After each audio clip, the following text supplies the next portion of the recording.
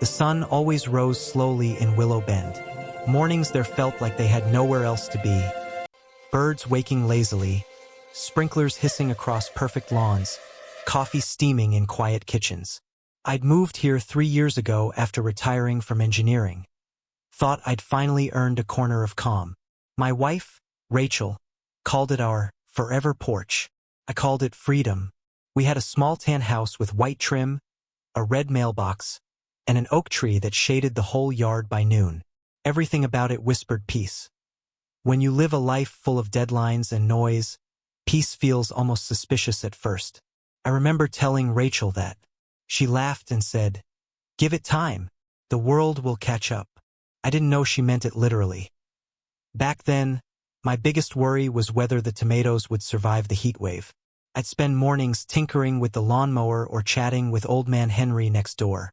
Henry was the unofficial historian of our cul-de-sac.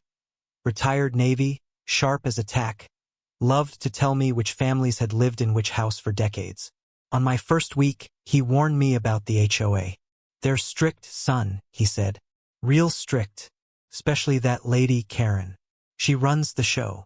I smiled, not taking him seriously. I'd dealt with managers and corporate supervisors my whole life. How bad could a homeowners association be? The first time I saw her, she was walking a fluffy white dog that looked like it had its own stylist. Perfect posture, clipboard in one hand, phone in the other. She waved, but her eyes were already scanning my yard like a security camera. "Welcome to Willow Bend," she chirped. "I'm Karen, HOA Vice President. Let me know if you need help learning the rules." "The rules?" She said it like they were scriptured. I nodded politely, thanked her, and went back to edging the lawn. That was our first meeting, short, simple, and harmless. Looking back, it was also the calm before a storm I didn't know was forming. Weeks rolled by. Life found a rhythm. Rachel started a little garden club. I volunteered to repair fences for neighbors. The HOA newsletters arrived every month. Pages about recycling schedules, lawn height limits, and approved mailbox colors. I skimmed them once, filed them away, and forgot about them. Then came the neighborhood picnic, a yearly thing at the park near the pond. Folding tables, barbecue smoke, laughter bouncing off the water. Karen stood at the center of it all, clipboard again, giving orders about where the coolers should sit and which songs were family appropriate. People nodded, smiled, and obeyed. She wasn't mean exactly. She just had this need to be in charge of everything that breathed. When she spotted me, she waved again. "Frank, the new homeowner. How are you adjusting?" "Can't complain," I said. "Everyone's been great." She smiled a little too wide. "Good, because we take pride in maintaining a standard around here." That word, standard, hung in the air like the smell of lighter fluid. I brushed it off, grabbed a burger, and spent the rest of the afternoon talking to Henry and a few other folks about fishing spots. Still, as the day faded, I caught Karen watching me from across the lawn, jotting something on her clipboard. Maybe she was just taking notes about the event. Or maybe she was already adding my name to a list. One Saturday morning, I heard a knock. Karen stood there, dog at her feet, smile practiced. "Good morning. Just doing my routine HOA walkthrough. We noticed your trash cans were visible from the street yesterday." I blinked. "You mean the 5 minutes before pickup?" She tilted her head. "Regulations state bins must remain concealed except during active collection. It's just a friendly reminder." I thanked her again, still polite, but when she walked away, I felt a twinge of something. An irritation I couldn't quite name. Rachel laughed when I told her. "You and your forever porch have a new sheriff," she teased. I laughed too, but inside, the piece of Willow Bend had developed its first small crack. Summer arrived with long days and the hum of lawnmowers echoing through the neighborhood.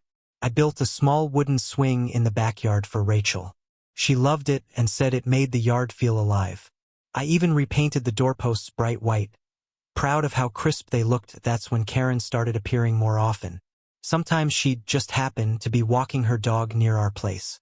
Sometimes she'd stop, glance at my flower beds, scribble on her clipboard, and walk off without a word. One evening, I caught her taking a picture of my porch lights. Checking wattage limits? She said cheerfully when I opened the door. It was the first time her presence felt invasive, like someone had stepped an inch too far into my personal space. Rachel noticed my mood. Ignore her, she said. Bullies only have power if you give them attention. I tried. I really did. But ignoring someone who treats your home like their project isn't easy. Still, the days remained mostly calm. There were cookouts, laughter, fireflies blinking over the lawns. I kept busy fixing things, trimming hedges, and sharing lemonade with neighbors. From the outside, everything looked perfect. But beneath that postcard image, tension hummed quietly. Soft, steady, waiting. Henry joked one night as we sat by the fence. You'll see, Frank. Karen always finds something. Just stay on her good side. I smiled. I'm not planning to be on any side, just trying to live. He nodded slowly. That's the problem.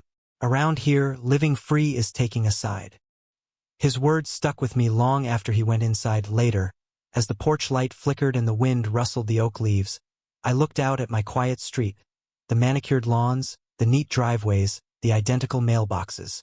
Everything was so perfect it almost felt unreal. That I didn't know it then. But perfection was exactly what would drive Karen crazy.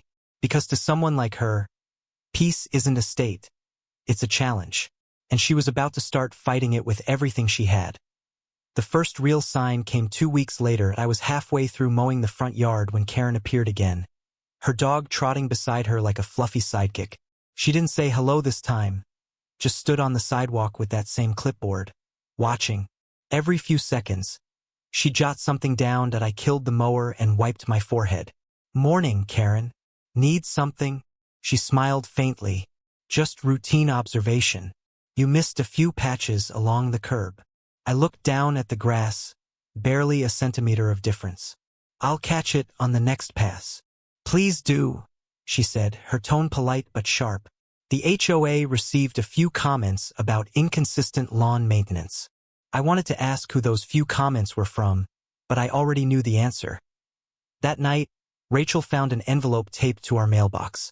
No postage, no name, just an official-looking HOA letterhead. Inside was a printed notice of violation for improper lawn height and visible trash receptacles during non-collection hours. Rachel laughed, thinking it was a mistake. I didn't. When I called the HOA office the next morning, the woman on the phone sounded confused. That doesn't sound right, she said. We haven't issued any recent notices for your address. So if it didn't come from the office, who was writing them? I didn't have to guess for long. The next day, I saw Karen delivering similar letters to 2 other houses, dropping them on porches like she was delivering newspapers. It became clear. Karen wasn't just part of the HOA. She was the HOA, or at least she thought she was. At first, it was small things. A note about my front light being too bright. A warning about my garden hose, visible from the street. Then one morning, I found her in my backyard. She was standing by the fence, phone in hand, snapping pictures of my shed. That I stepped outside. Karen, what are you doing? She jumped, then smiled like she'd done nothing strange. Routine documentation. There's a regulation about auxiliary structures being painted to match the home exterior. I looked at the shed. It was beige, just like the house. They do match. She shrugged. Different shade under direct sunlight. I'll make a note. She started walking away before I could reply. That's when I felt it. Something deep down shifting from irritation to unease. It's one thing to have a nosy neighbor. It's another to have one who treats your property like a case file. I told Rachel, of course. She frowned, clearly disturbed. That's not just nosy, Frank. That's crossing a line. I know, I said. But the problem is, she hides behind the HOA every time. We tried letting it go. For a few days, things were quiet. Until one afternoon, Rachel called me at work. Her voice was shaking. She was in the house, she said. I came home and found the back door open. Nothing's missing. But there was a note on the counter. My stomach dropped. What did it say? Rachel took a breath. It said, unsecured entry is a violation. Please lock your doors. Karen. I drove home faster than I'd driven in years. The back door latch was still wet, like someone had just handled it. That night, I sat on the porch, jaw clenched, trying to process it. Karen had crossed from annoying to criminal, but without proof, it would just be my word against hers. The next day, I confronted her. She was watering flowers near the corner of her yard when I walked up. "Karen, we need to talk," I said. She turned, that same brittle smile on her lips. "Of course, Frank. Something wrong. You broke into my house." Her face froze, just for a second, before she composed herself. "Excuse me." I kept my tone steady. "Don't play dumb. You left a note on my counter." "Oh, that." She laughed lightly. The door was wide open. I was just ensuring neighborhood safety. We have rules about security, you know. "You entered my home without permission." She tilted her head, feigning innocence. "I was helping." "You're welcome." My hands tightened at my sides. "Don't ever step on my property again." Her smile faltered, replaced by a faint smirk. "You might want to reread your HOA agreement, Frank. It gives the board access to inspect." "You're not the board," I snapped. "You're one woman with a clipboard and an obsession." She blinked, clearly offended. "I'm just maintaining standards. Some of us care about this community. Some of us care about boundaries." I shot back. She huffed, turned on her heel, and stormed off with her dog trotting behind. But I could see it in her eyes as she walked away. She wasn't done. Not even close. A week later, I came home to find the porch lights unscrewed and a sticky note on the door. It read, "Improper lighting intensity. Fixed for you." Rachel was furious. "This is insane. She's breaking in, touching our stuff, and acting like she's helping." "I know," I said quietly. "But next time, she's not getting away unseen." That night, I installed a small security camera under the eaves of the porch, angled toward the door. I didn't tell anyone. Not even Henry. 2 days later, I got my proof. At 2:16 p.m. The motion alert went off. I checked my phone, and there she was, Karen, walking up to my door, glancing around, and then reaching for the handle. She opened it, stepped inside, disappeared for 30 seconds, and came out holding her clipboard, completely casual. That I felt my chest tighten. Not with fear, but something colder. She wasn't just checking on me. She was claiming authority over me, like she owned the street, like she owned me. That evening, I showed Rachel the footage. She stared at the screen, jaw slack. "This woman's out of her mind." "Not just that," I said quietly. "She's getting comfortable." Rachel's voice shook. "You're going to the police, right? Tomorrow morning." But deep down, even as I said it, I knew this wasn't over. Because people like Karen don't stop when you tell them to. They stop when they're forced to. And I wasn't about to let someone walk into my home again. If she wanted to keep crossing lines, then it was time I started drawing them myself. I didn't sleep much after that night. Every creak of the house made my pulse jump. Every shadow past the window looked like her white dog passing by again. The next morning, I printed a still frame from the security footage. Karen stepping through my door, clipboard in hand, and took it straight to the police station. The officer at the front desk was polite, but his sigh said everything. "Sir, technically she didn't steal or damage anything?" he asked carefully. "No," I admitted, "but she entered my home. That's trespassing." He nodded slowly.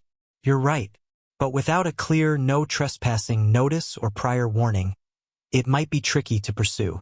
I'll file a report." Tricky. That was the word people used when they didn't want to say hopeless.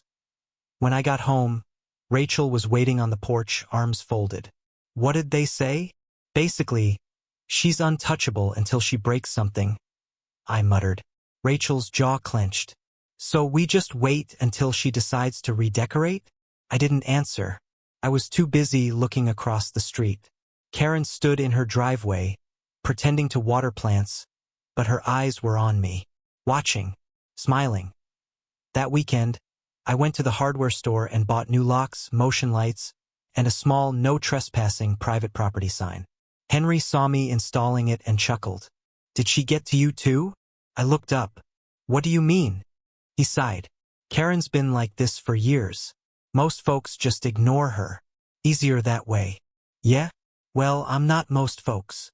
I didn't realize how true that was until the next incident. It was a Wednesday afternoon when Rachel called again. Panic lacing her voice. Frank! She's inside again. I raced home. The front door was wide open. Karen stood in the hallway, phone out, snapping photos like she was running an open house tour. Karen! I barked. She flinched but didn't stop. Just documenting some minor violations. You've installed a sign on your property without board approval. I took a step closer. That's because of you. She straightened her back, face tightening. Please calm down. I'm performing my duties as vice president of the HOA. You're trespassing. Inspection, she corrected coolly. My fists tightened, but I forced my voice low. You have 10 seconds to leave. Her smirk returned. Or what, Frank? You'll call the police? Again, they didn't seem too concerned last time. That did it. I pointed toward the door. Out. Now. For a moment, she hesitated. Just long enough to let me see it. That glint of arrogance that said she believed she was untouchable. Then she strutted out, dog yapping behind her, muttering. Some people just don't understand community standards. Rachel grabbed my arm. Frank, we can't live like this. I know, I said, staring after her. But we're done playing nice. That night, I installed more cameras inside this time. One by the kitchen door, one facing the hallway. I also added a contact sensor to the back door that would send me an alert if it opened while I was gone. For a while, it worked. A week passed without incident. Maybe she'd gotten the message. Then one morning, the sensor pinged again, 10:42 a.m. I opened the feed, and there she was, Karen, inside, again. This time, she wasn't taking pictures. She was standing in my kitchen, staring at a family photo on the wall. Me, Rachel, and our daughter visiting from college. I watched her reach out and touch the frame, her expression cold and unreadable. Then she noticed the camera. Her eyes locked straight on it, and she smiled. That smile burned into me. It wasn't embarrassment or fear. It was a challenge. She knew she couldn't be stopped. Not by the police. Not by the HOA. Not by anyone. When I got home, the back door was closed. Nothing seemed out of place. But a note lay on the counter again. You can't record private inspections. That's against HOA policy. Delete the footage. She had the nerve to break into my house and tell me what was against policy. Rachel was shaking when she read it. She's dangerous, Frank. I know, I said quietly. But the police already brushed us off once. We need something undeniable. That night, I started thinking differently. Not as a homeowner, but as a man defending his ground. I wasn't looking for revenge. I was looking for proof and maybe a little justice. The next HOA meeting was scheduled for Friday, and I showed up with a flash drive. When my name came up during the open concerns portion, Karen smiled confidently. Mr. Davis, she said, is this about the recent signage violation? No, I replied calmly, plugging the flash drive into the projector. It's about a more serious issue. The footage played grainy but clear. Karen entering through my door, wandering through the kitchen, touching the photo and smiling at the camera. The room went silent. Greg, the HOA president, turned slowly toward her. Karen, is this accurate? She laughed nervously. That could be anyone. It's you, I said, and the timestamp matches my security log. Her face reddened. That's not fair. Those videos are private property. You had no right. You had no right to enter my home, I interrupted. The murmurs in the room turned sharp. People who once smiled politely at Karen were now glaring. Greg cleared his throat. This is serious. Karen, until we review this, you're suspended from all inspection duties. Karen's eyes locked on mine. If looks could burn, my house would have been ash. She stormed out before the meeting ended, slamming the door hard enough to rattle the windows. Henry leaned over to me afterward and whispered, You've done it now, Frank. She won't take humiliation kindly. I sighed. I don't need her to like it. I just need her to stop. But I should have known better. Because the thing about people like Karen is they don't quit when they lose control. They double down. And as I'd soon find out, she was about to cross the one line she couldn't ever walk back from. The silence after that meeting didn't feel like peace. It felt like a storm holding its breath. For the first few days, everything seemed still. Karen's SUV was gone most mornings. The clipboard didn't make an appearance. The HOA email list went quiet. Rachel said maybe she'd finally backed off, that I wanted to believe her. Then the letters started. They weren't from Karen this time, not directly. They were from the HOA itself. Official headers, typed in perfect format, signatures from Greg and the rest of the board. The first one read, "Due to ongoing concerns about neighborhood harmony, homeowners are asked to refrain from installing unauthorized security cameras visible from the street." My cameras weren't even visible from the street. Still, the tone was clear. Someone was pushing behind the scenes. The next week came another, "Please remove exterior fixtures that may disrupt neighborhood aesthetic uniformity, such as signage, locks, or devices not pre-approved by the HOA." Locks? Since when did locks need approval? By the third letter, a friendly reminder about noise ordinances after 8 p.m. I knew exactly what was happening. Karen couldn't break in anymore, so she decided to break me down at first. I tried to ignore it, tossed the letters in a drawer, pretended it didn't bother me. But it wasn't just letters. Neighbors started acting strange. People I used to wave to began avoiding eye contact. Conversations stopped when I walked by. Even Henry seemed hesitant one evening, rubbing the back of his neck. "Karen's been talking," he said quietly, "telling folks you're unstable." Unstable? I frowned. "She's saying you're paranoid, that you faked the footage, that you've been trying to get her fired from the HOA for personal reasons." I let out a bitter laugh. "Unbelievable." Henry sighed. "People like her, they know how to twist stories. Be careful, Frank. She's trying to isolate you." He was right, and it was working. A week later, a code enforcement officer showed up at my house. He was polite, clipboard in hand. The irony wasn't lost on me. "Mr. Davis," he said, "we received an anonymous complaint about a possible zoning violation. Unapproved mechanical equipment in your yard." He pointed to my tool shed and my lawn tractor. I blinked. "You mean my mower?" He shrugged. "We're required to follow up." I showed him everything, answered every question. He eventually apologized and left, clearly realizing how ridiculous it was. But it didn't matter, the message was clear. Karen wasn't just annoying anymore. She was weaponizing the system. That night, Rachel found me sitting in the garage, staring at the security feed on my phone. "You can't let her do this to you," she said softly. "I'm not," I replied. "I'm just waiting." "For what?" "For her to make a mistake." Rachel sighed. "She already has." "Not the kind that ends it," I said. "The kind that exposes her completely." 2 nights later, I caught movement on the camera again. Karen wasn't on my porch this time. She was across the street, talking to one of the neighbors. Her arms moved sharply, pointing at my house, at the cameras, at the locks. I zoomed in just enough to catch the expression on her face. That same smug self-assurance that had haunted me for weeks. Whatever she was saying, it worked. The next morning, 3 neighbors stood outside chatting while I left for work. I could feel their eyes on me the whole way down the driveway. Later that day, I got an email from Greg, the HOA president. Subject: Urgent board inquiry. Frank, we've received multiple complaints regarding alleged misconduct and aggressive behavior toward HOA representatives. Please attend a mandatory review this Friday at 6 p.m. Aggressive behavior? Toward her? It was the final move in her playbook, the reverse attack. Rachel slammed her phone down when she read it. "She's framing you." "I know," I said, rubbing my temples. "But I'm done playing defense." That night, I gathered everything. Every letter, every video clip, every time-stamped photo. I burned it onto a flash drive and printed backup copies. This time, I wasn't walking into a meeting unarmed. Friday came, and the HOA hall felt colder than usual.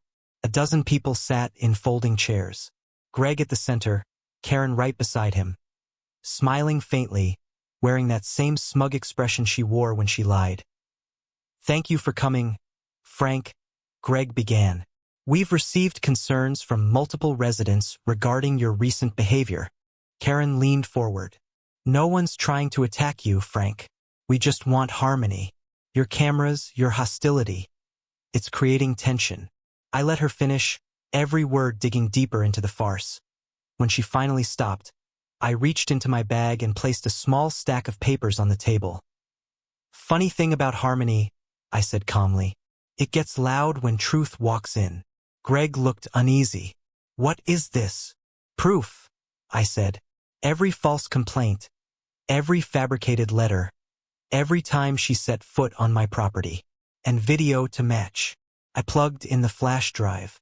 The screen lit up. Footage after footage. Photos.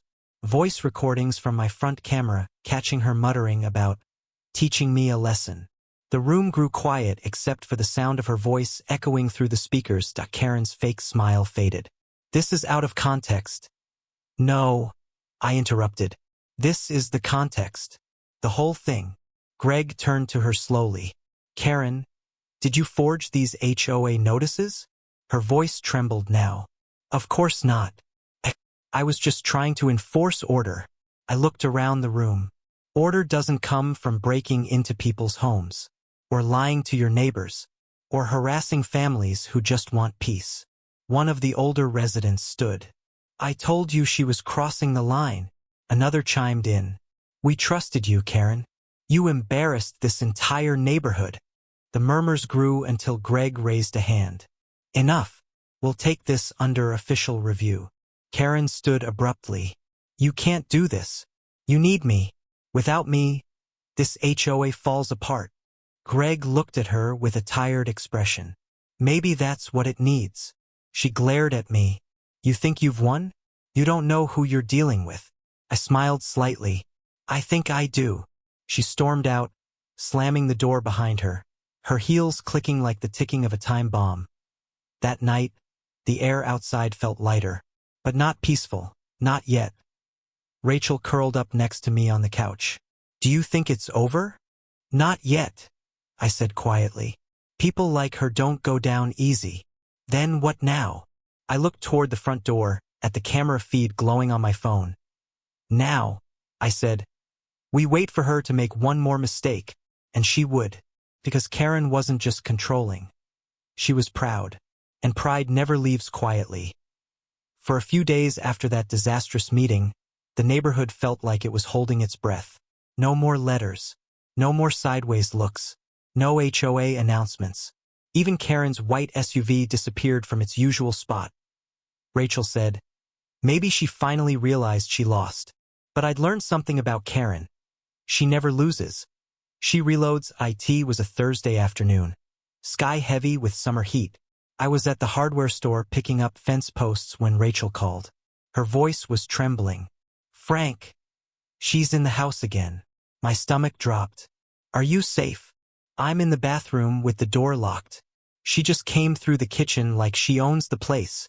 I left everything right there in the aisle and tore home. By the time I pulled into the driveway, Karen's SUV was still idling at the curb, driver's door wide open. I burst through the front door. The kitchen smelled like her floral perfume. Drawers half open, cabinet doors ajar. And there she was, standing in my living room, holding a measuring tape, muttering to herself. Karen! She jumped, eyes wide, then forced a smile. Oh, Frank, you startled me. I was just checking interior compliance. Compliance, I shouted. This isn't an inspection. It's my home. She lifted the tape as if that made it legal. Section 14B states HOA representatives may ensure safety standards. I stepped closer. Representatives, not you. You were suspended. She blinked, feigning innocence. Oh, Greg didn't tell me that was official. Get out. Her lips tightened. You're overreacting. Rachel appeared behind me, pale and shaking. She was going through our drawers, Frank. Karen's expression flickered, caught. I was verifying proper storage for flammable materials. That was it. Something in me finally snapped. All the weeks of humiliation, fear, An intrusion boiled up and came out cold and steady. "You're done here, Karen." She crossed her arms. "You think you can scare me? You called the cops before, they did nothing. You think a video will change that? I run this neighborhood." I stared at her until even her dog stopped wagging its tail. "Not anymore." She hesitated, then huffed. "Fine. Enjoy your little rebellion." And she walked out, perfume trailing behind like smoke after a fire. Rachel sank into a chair. She touched everything. The drawers, the pictures. She even went into our bedroom. I knelt beside her. "I swear, she'll never walk through that door again." She looked at me, eyes glassy. "We said that last time." That hit hard because she was right. Words weren't enough anymore. That night, we scrubbed the kitchen, wiped fingerprints, relocked every window. But I knew the locks weren't the problem. Locks keep out strangers. Karen wasn't a stranger. She was a disease in the walls. Around midnight, I sat in the garage staring at the old bucket of paint I'd used to finish the doorframe last spring. A thick cobalt blue, bright, impossible to miss. It caught the overhead light like something alive. An idea sparked. Not revenge. Just proof that would speak louder than 1,000 complaints that I didn't need to hurt her. I just needed the whole world to see what she was doing. I smiled slowly. A tired kind of smile. "All right, Karen," I whispered. "You want to keep walking through my door? Let's make it memorable." Over the next 2 days, I prepared.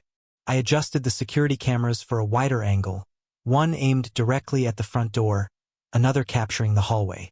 Then I rigged the trap. A gallon of that blue paint balanced on the top of the doorframe, tied with a fishing line to a small sensor near the handle. If the door opened from the outside, the line would tug.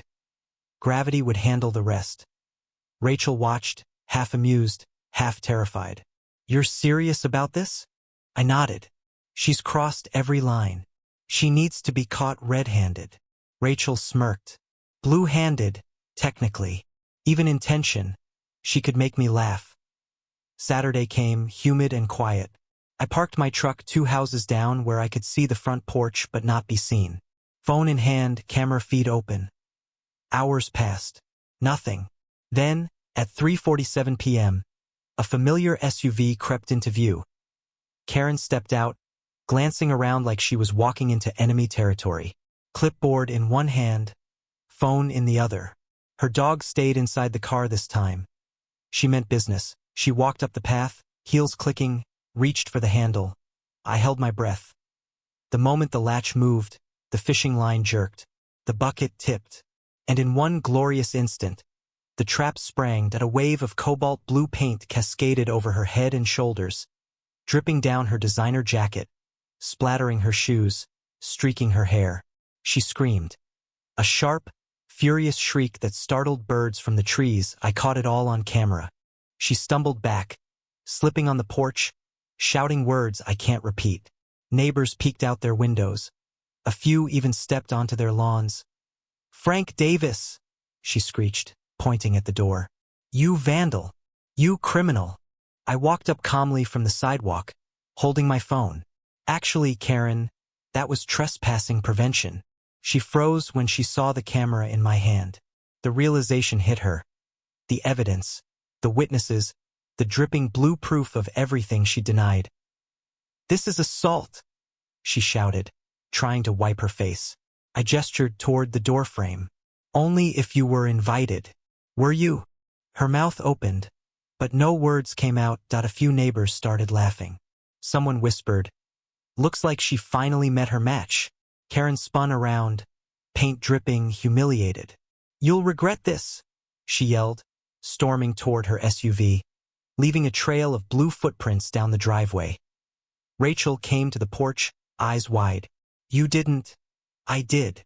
She saw the paint streaks and covered her mouth to hide a smile. "You actually did." I showed her the footage. She laughed until tears rolled down her cheeks. "Oh, Frank, she's going to explode." "I'm counting on it," I said. Because the trap wasn't just about payback. It was bait. Now that the world could see her true colors, she'd make a scene big enough to expose herself completely. And she did. Within hours, social media lit up. Neighbors shared clips from their doorbell cameras, adding captions like, HOA Karen gets a makeover, and Blue Teeful Justice. By evening, half the street had seen it. But the real explosion came the next morning. A police cruiser pulled up. Karen climbed out, still blotched with blue, waving papers and yelling at the officer. From my porch, I could hear her shouting, "He assaulted me. With paint." The officer looked unimpressed. "Ma'am, you admitted you entered his property?" "I was conducting an inspection," she snapped. He pointed to the camera on my eave. "Then the inspection's on record." She went pale. That was the moment the balance finally shifted. For the first time in months, I didn't feel cornered. I felt in control. Rachel stepped beside me, squeezing my hand. "You finally did it?" she whispered. I watched Karen's SUV disappear down the street again. A streak of blue on the pavement behind her, and I exhaled the breath I'd been holding for weeks. Maybe Henry was right. Peace has to be defended. Sometimes not with anger. Sometimes just with a little creativity. By the next morning, everyone in Willow Bend had seen the footage. Someone across the street had uploaded it to Facebook with the caption, "HOA Queen gets painted blue after trespassing." Within hours, it had hundreds of shares. Rachel's phone buzzed nonstop.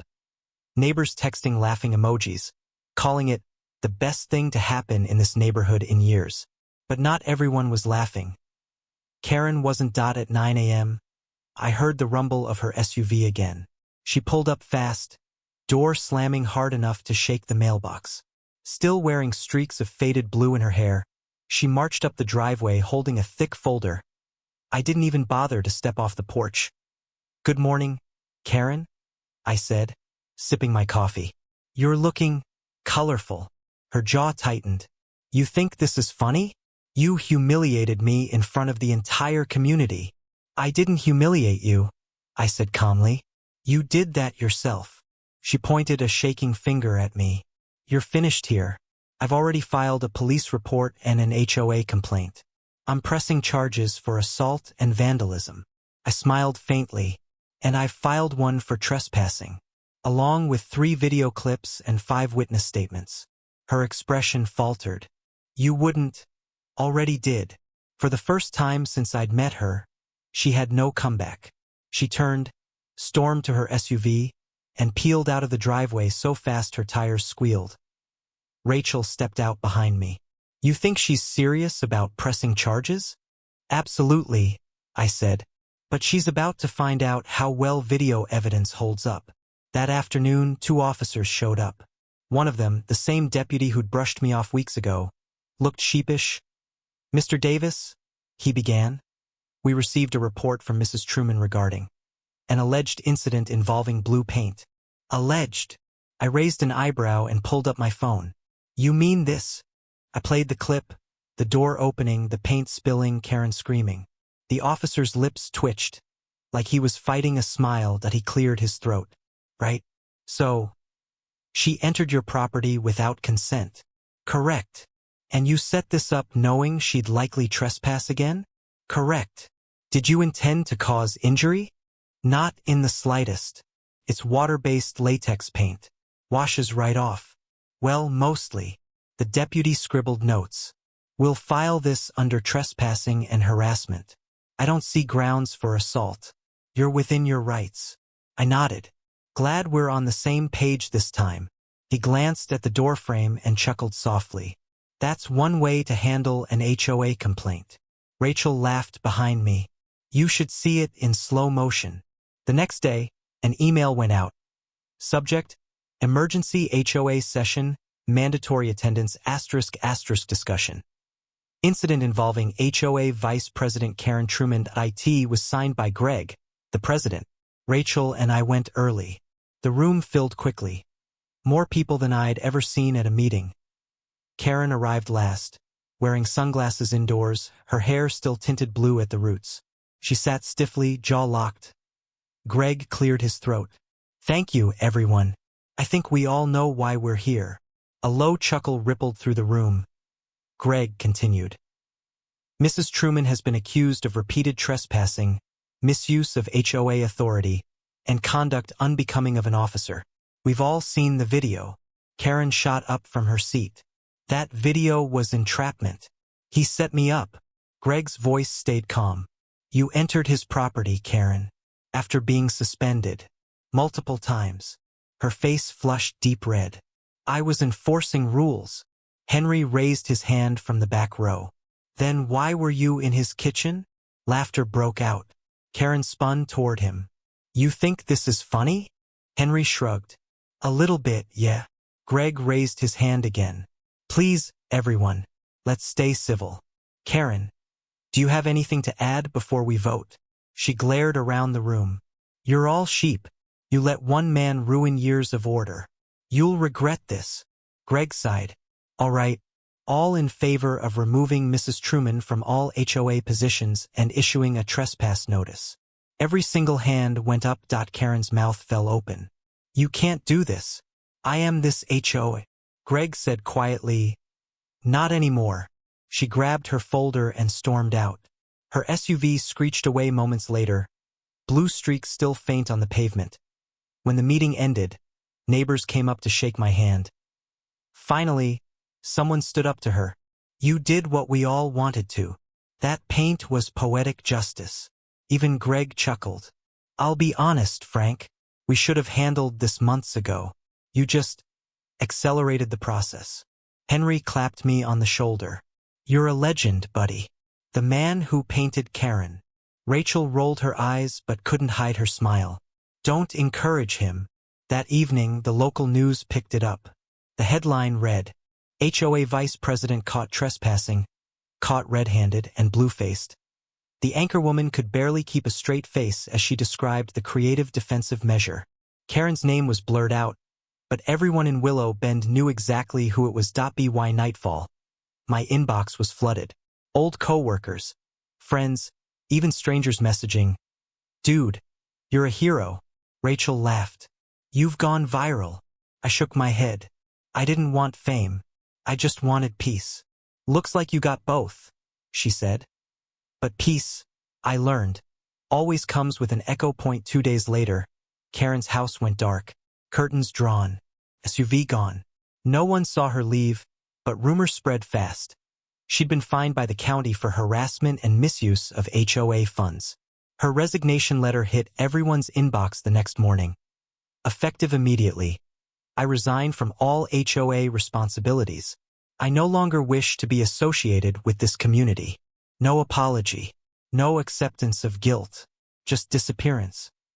Rachel read it out loud and sighed. Guess that's her version of goodbye. Good riddance, Henry muttered from the porch. I smiled faintly. Maybe, but I'm not celebrating until she's really gone. Weeks passed. The neighborhood softened. People smiled again. Kids played on the sidewalks. Greg replaced Karen's rules-heavy HOA newsletter with something friendlier. Community events, gardening tips, even a best yard of the month feature. One morning, Rachel stood beside me on the porch, sipping her coffee. Feels lighter, doesn't it? She said. Yeah, I replied, staring at the spot where Karen's SUV used to park. Like we finally got the weeds out. She chuckled. And all it took was a bucket of paint. I grinned. And a little patience. Later that evening, as the sunset bled across the sky, I found myself watching the camera footage one last time. The paint, the scream, the realization. It wasn't revenge that made it satisfying. It was the truth. The moment when a bully realizes she's not untouchable after all. Rachel came out, resting her head on my shoulder. You think she learned something? I exhaled softly. If she didn't, that's on her. But I sure did. Like what? That peace doesn't come from quiet streets or perfect lawns. It comes from drawing your line and holding it. She smiled. And painting it blue, apparently. We laughed together, the sound finally echoing in a neighborhood that had learned to breathe again. It's funny how fast the internet works when karma needs an audience. BY the next week. The blue paint incident had turned from a neighborhood clip to a viral phenomenon. Someone had uploaded a slowed-down version set to dramatic opera music, captioned, "The Rise and Fall of HOA Karen." Another version used cartoon sound effects. A splash, a scream, and then a freeze frame of her horrified face with, "To be continued," written across it. Even Rachel couldn't resist laughing. "Frank, this has 6 million views." I rubbed my forehead. I just wanted her to stop breaking into my house, not to become a meme. She smirked. "Well, congratulations. You've ended the HOA war and the internet loves you." The videos spread like wildfire. News outlets picked it up under segments titled, "When HOA rules go too far," and "Man defends home with paint trap." People debated it online. "He did what we've all wanted to do. Serves her right. This man deserves an award." But my favorite comment came from someone who wrote, "That blue paint isn't just color. It's poetic justice." Even the local paper ran a small piece with a photo of my porch, paint bucket included, and the headline, "Homeowner outsmarts HOA bully with clever defense." For once, my phone didn't buzz with complaints or HOA threats. It buzzed with laughter and congratulations. Meanwhile, Karen's world crumbled in slow motion. Her resignation from the HOA wasn't the end of her problems. It was the beginning. The HOA board discovered discrepancies in her past reports, fake violations, misuse of funds, and several inspection visits that conveniently targeted people she didn't like. Greg told me later, "She forged half of them, Frank. She was fining people for things that didn't even exist. Peeling paint, imaginary weeds, you name it." I wasn't surprised. But the best part? The board decided to reimburse the fines she'd wrongly issued.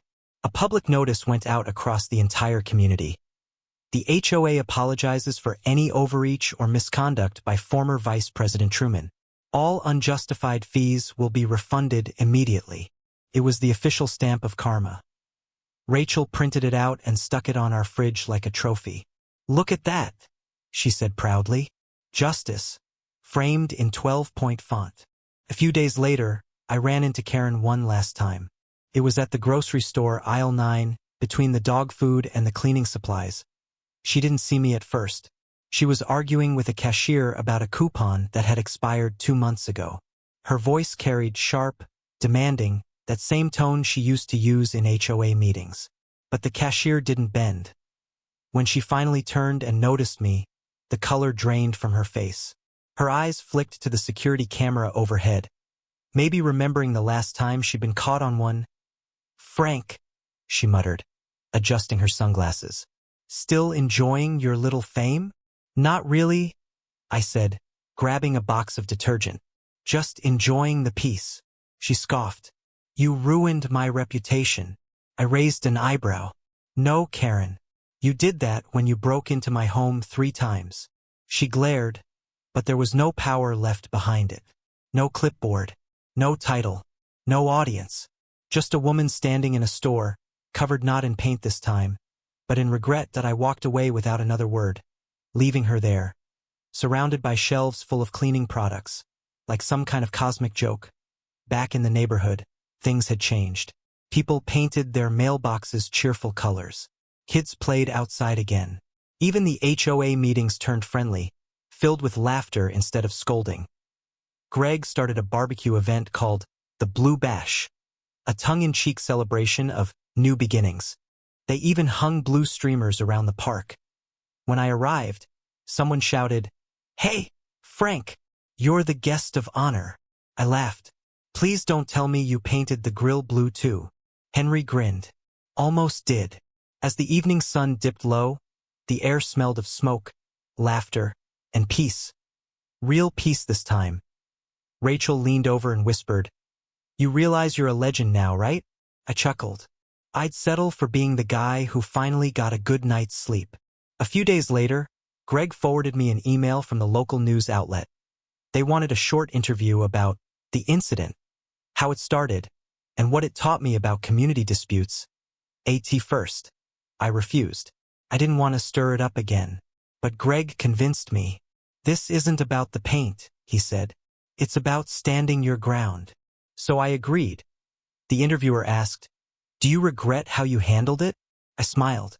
"Not at all. Sometimes people mistake kindness for weakness." I just reminded her, and maybe everyone else, that respect has boundaries.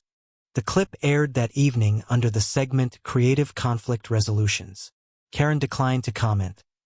Weeks later, Rachel and I took a walk through the park. The air was quiet, the kind of peaceful you can only earn after a storm. A group of kids rode by on bikes, one of them with blue streamers tied to the handlebars. Rachel smiled. Looks like your story left a mark. I laughed softly. Yeah, hopefully just on paint, not people. She slipped her hand into mine. Do you ever feel bad for her? I thought about it. Maybe a little. But sometimes people need to face the mess they make to see what they've become. Rachel nodded. Guess blue was her true color all along. We both laughed, and for the first time in months, the sound didn't echo off tension. It just drifted through the calm evening air. That night, as I shut down the porch lights, I glanced once more at the front door. The blue stains were long gone, repainted, fresh, clean. But every time I looked at it, I remembered that splash, that moment, that sound of justice finally landing where it belonged. No more fear. No more letters. Just peace, hard-earned, and beautifully blue. Peace doesn't arrive with a bang.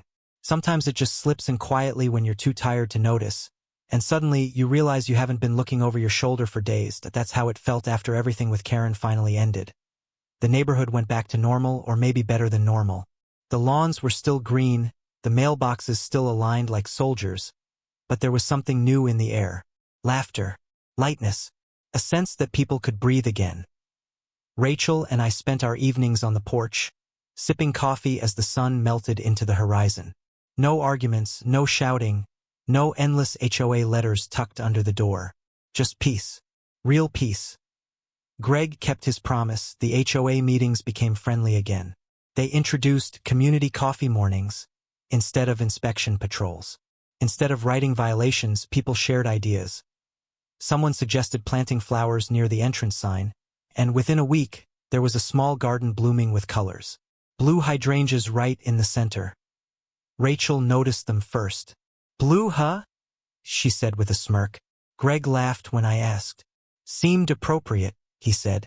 Symbol of peace and new beginnings. I couldn't help but smile. From paint on Karen's jacket to flowers at the entrance. The neighborhood had turned something ugly into something beautiful. One quiet morning, I was fixing the mailbox post when Henry walked up with 2 cups of coffee. Thought you could use this, he said, handing one over. Thanks, I said. Feels strange, doesn't it? No chaos. He nodded. Yeah, when you first moved here, we thought you'd end up leaving like the others Karen scared off. I laughed. Almost did. But you didn't, he said, patting my shoulder. You stood your ground. You showed everyone we don't have to take it. This place feels alive again. That meant more than I expected. Because somewhere along the way, this wasn't just about me. It was about everyone who'd been too tired, too polite, or too scared to push back. That evening, Rachel joined me outside, sitting in her favorite chair with a soft smile. She said, you were right. You didn't need to fight back with anger. You just needed to show her the truth. I chuckled. You were the one who said it would end eventually. I didn't think it'd end in blue paint, though. She laughed. We both sat there, remembering how chaotic those weeks had been. The fear, the frustration, the endless stress. Now, it all felt so far away, like something that happened to someone else. She turned to me and said quietly, you taught me something through all this. I raised an eyebrow. Oh yeah? What's that? Those boundaries aren't walls, she said. They're reminders. That peace doesn't mean silence. It means safety. I smiled. You always find the words I can't. A few days later, I finally boxed up all the HOA letters, complaint notices, and police reports. I didn't burn them.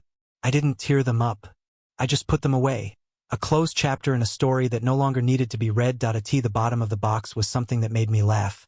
That first printed screenshot of Karen sneaking into my house, the one I'd taken to the police months ago.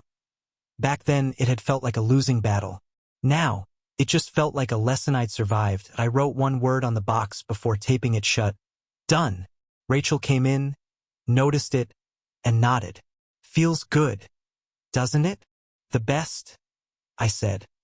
That night, lying in bed, I couldn't stop thinking about everything that had happened. Karen's arrogance, the fear, the laughter afterward. All of it had shaped something deeper that I realized that control isn't about dominance. It's about boundaries. And sometimes, standing up for yourself doesn't mean shouting louder. It means being smarter, calmer, and a little more creative. The paint wasn't vengeance. It was truth made visible. A statement that said, "This is my home. You don't get to walk through it anymore." For months, I'd let her dictate my peace. Now peace was mine again. And it didn't come from her leaving.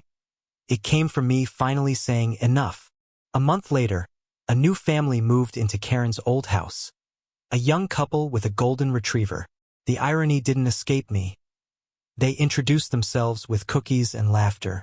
"Everyone keeps warning us about the HOA," the husband joked. "But it seems great now." Rachel winked.